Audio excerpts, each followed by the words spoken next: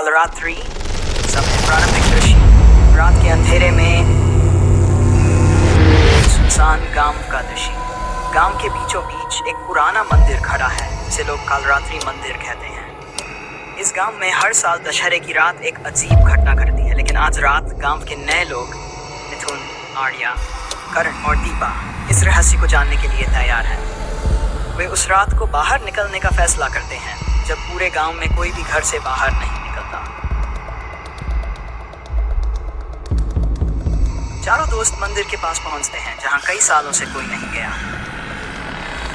मिथुन, जो इस रहस्य को जानने के लिए उत्साहित है, मंदिर के दरवाजे को खोलने की कोशिश करता है।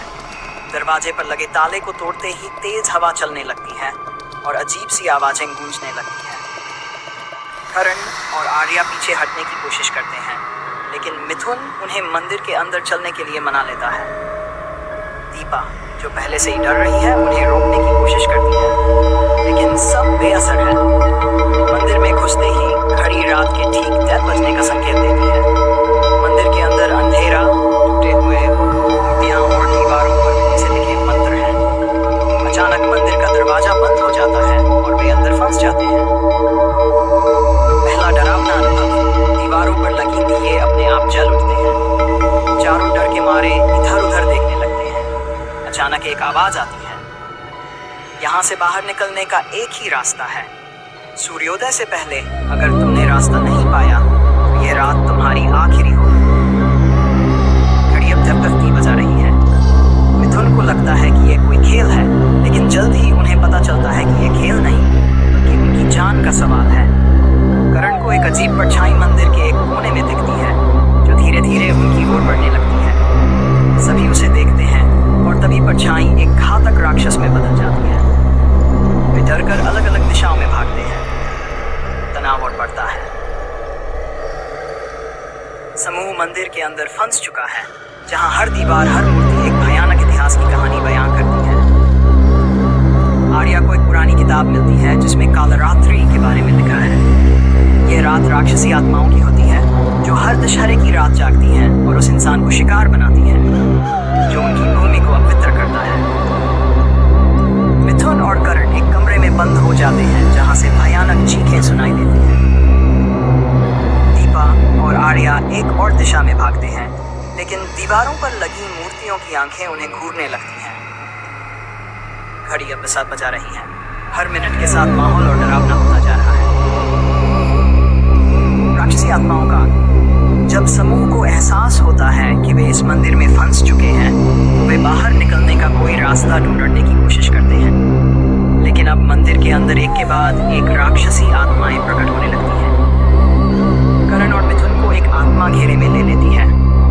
करण उसे भगाने की कोशिश करता है, लेकिन आत्मा मिथुन को खींचकर गायब कर देती है।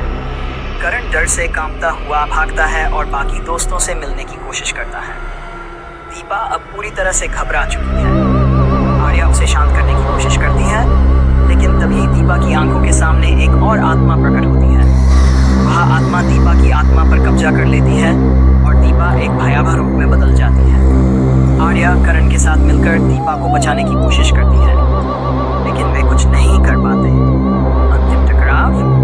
अब केवल आर्या और करण बचे हैं। घड़ी 10:25 बजा रही है। वे समझ जाते हैं कि अगर सूरज निकलने से पहले वे मंदिर से बाहर नहीं निकले तो वे कभी बच नहीं पाएंगे। तभी मंदिर के मुख्य हॉल में एक विशाल राक्षस प्रकट होता है जो कालरात्रि का प्रतीक है।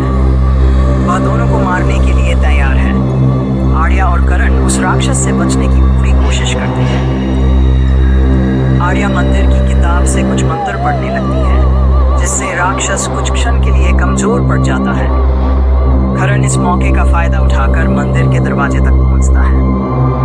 क्लाइमेक्स। घड़ी 9 बजने को है और मंदिर के अंदर की हवाएं और तेज हो रही हैं। आर्या मंदिर के दरवाजे को खोलने की कोशिश करती है, लेकिन दरवाजे पर कोई अदृश्य ताकत उन्हें रोक रही होती है।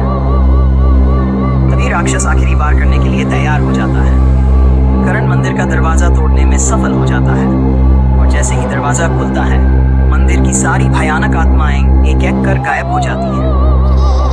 वे दोनों किसी तरह मंदिर से बाहर निकलने में सफल होते हैं। जैसे ही वे बाहर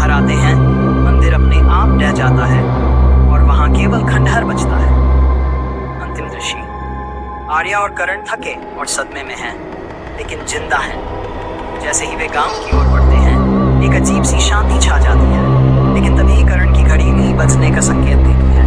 उनकी आंखों में डर झलकता है, स्क्रीन काली हो जाती है। समाप्त। ये कहानी काल रात्रि की रहस्यमयी और खतरनाक